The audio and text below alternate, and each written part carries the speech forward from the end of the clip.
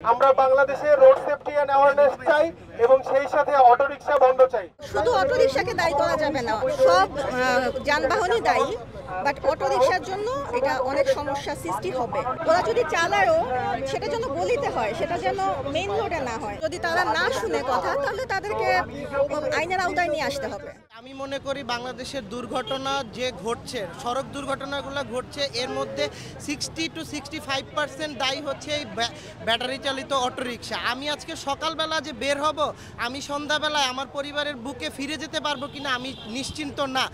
এরা এত বেপরোয়াভাবে গাড়ি চালায়, তারপরে হচ্ছে তাদের না আছে কোনো মানে প্রপার হর্ন, তার না আছে কোনো প্রপার লুকিং গ্লাস। আপনি একটা রাস্তায় যদি আপনি অটোরিকশা চালাইতে হয়, অবশ্যই আপনার কিছু রুলস অ্যান্ড রেগুলেশন মেনটেন করতে হবে। নট অনলি দ্যাট, আমরা যদি একটা বাইক বা আমরা যদি একটা গাড়ি বাংলাদেশের রাস্তায় নামাতে চাই বা কিনতে চাই, সেক্ষেত্রে আমাদের কিন্তু সরকারকে রাজস্ব প্রদান করা হচ্ছে, কিন্তু আপনি একটা ব্যাটারি চালিত অটোরিকশা কিনতে আপনার কোনো সরকারকে রাজস্ব দেওয়া লাগতেছে না। সো সেক্ষেত্রে ক্ষতিগ্রস্ত হচ্ছে কে, এটা আমার প্রশ্ন রইল। এবং আমার অনতিবিলম্বে দাবি রইল যে গত 21শে এপ্রিল যে বাইকারদের উপর যে হামলা করেছে এই অটোরিকশা চালকদের সাথে জড়িত যারা, তাদের সুষ্ঠু বিচার করা হোক, তাদের বিচারের আওতায় আনা হোক এবং এই ব্যাটারি চালিত অটোরিকশা বাংলাদেশ থেকে সম্পূর্ণভাবে নিষিদ্ধ করা হোক। তার সাথে সাথে এই ব্যাটারি চালিত অটোরিকশার যে সকল যন্ত্রাংশ আমদানি করা হয় সেগুলোও বন্ধ করা হোক। এবং ব্যাটারি চালিত অটোরিকশা বলার সাথে সাথে যেহেতু বলা হয় ব্যাটারি, অবশ্যই ব্যাটারিটা চার্জ দিতে হলে আমাদের কিন্তু হিউজ কারেন্ট যাচ্ছে, সেক্ষেত্রে কিন্তু একটা জনদুর্ভোগের সম্ভাবনা আমরা দেখতে পাচ্ছি, অলরেডি হচ্ছে।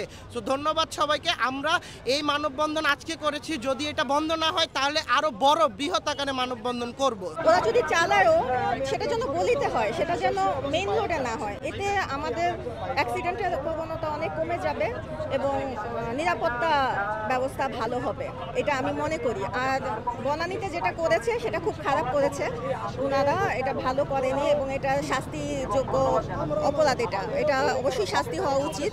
আর এদের যে অ্যাটিটিউডগুলো খুব খারাপ, এই জিনিসগুলো আসলে আমাদের দেখতে হবে, সরকারকে দেখতে হবে যে এদেরকে একটা মানে আইনের আওতায় নিয়ে আসতে হবে, যে যেন এরা উল্টাপাল্টা কোনো কাজ না করে। তবে আমি মনে করি এরা গরিব মানুষ, এদেরও উচিত, এদেরও মানে যোগ্যতা আছে বা রাইট আছে এদের কিছু করার।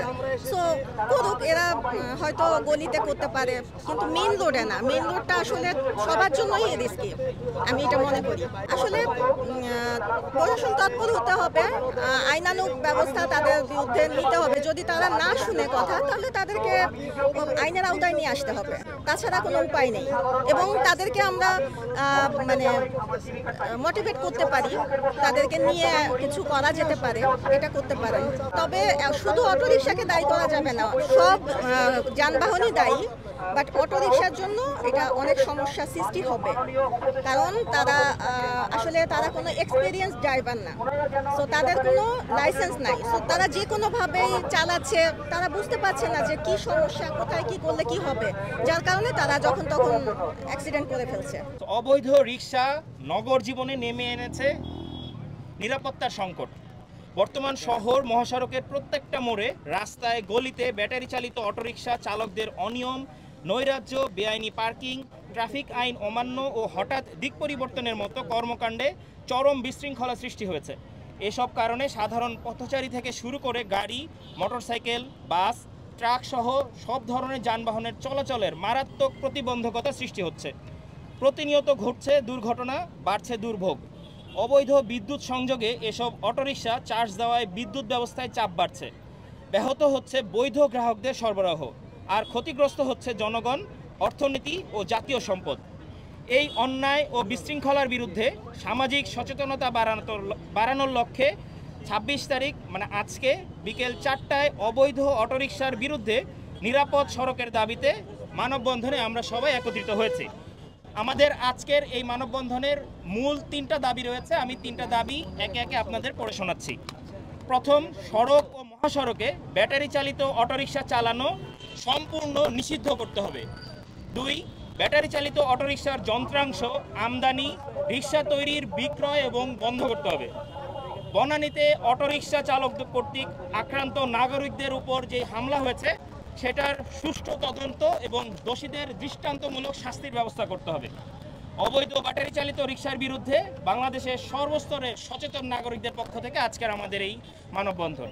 আমাদের দেশে আমরা রোড সেফটি এন্ড অ্যাওয়ারনেস নিয়ে অনেক দিন থেকে কথা বলছি, কিন্তু তার কোনো পদক্ষেপ গভর্নমেন্টের পক্ষ থেকেই নেওয়া হয় না। এর পিছনে একটা বড় কারণ হচ্ছে এই অটো রিক্সাগুলো দেখবেন বিভিন্ন হাইওয়েতে উল্টো পথে চলাচল করছে, যেখানে সেখানে পার্কিং করছে এবং সেই সাথে তাদের মধ্যে নানা ধরনের অনিয়ম। তাই আমরা চাই সড়কে এবং মহাসড়কে যেই সব জায়গায় গুরুত্বপূর্ণ জায়গায় কোনোভাবেই যাতে অটোরিকশা না চলে। তো আমরা আজকে বাইকার, কার চালক এবং সব শ্রেণীর মানুষেরা একত্রিত হয়েছি। আমরা বাংলাদেশে রোড সেফটি এন্ড অ্যাওয়ারনেস চাই এবং সেই সাথে অটোরিকশা বন্ধ চাই।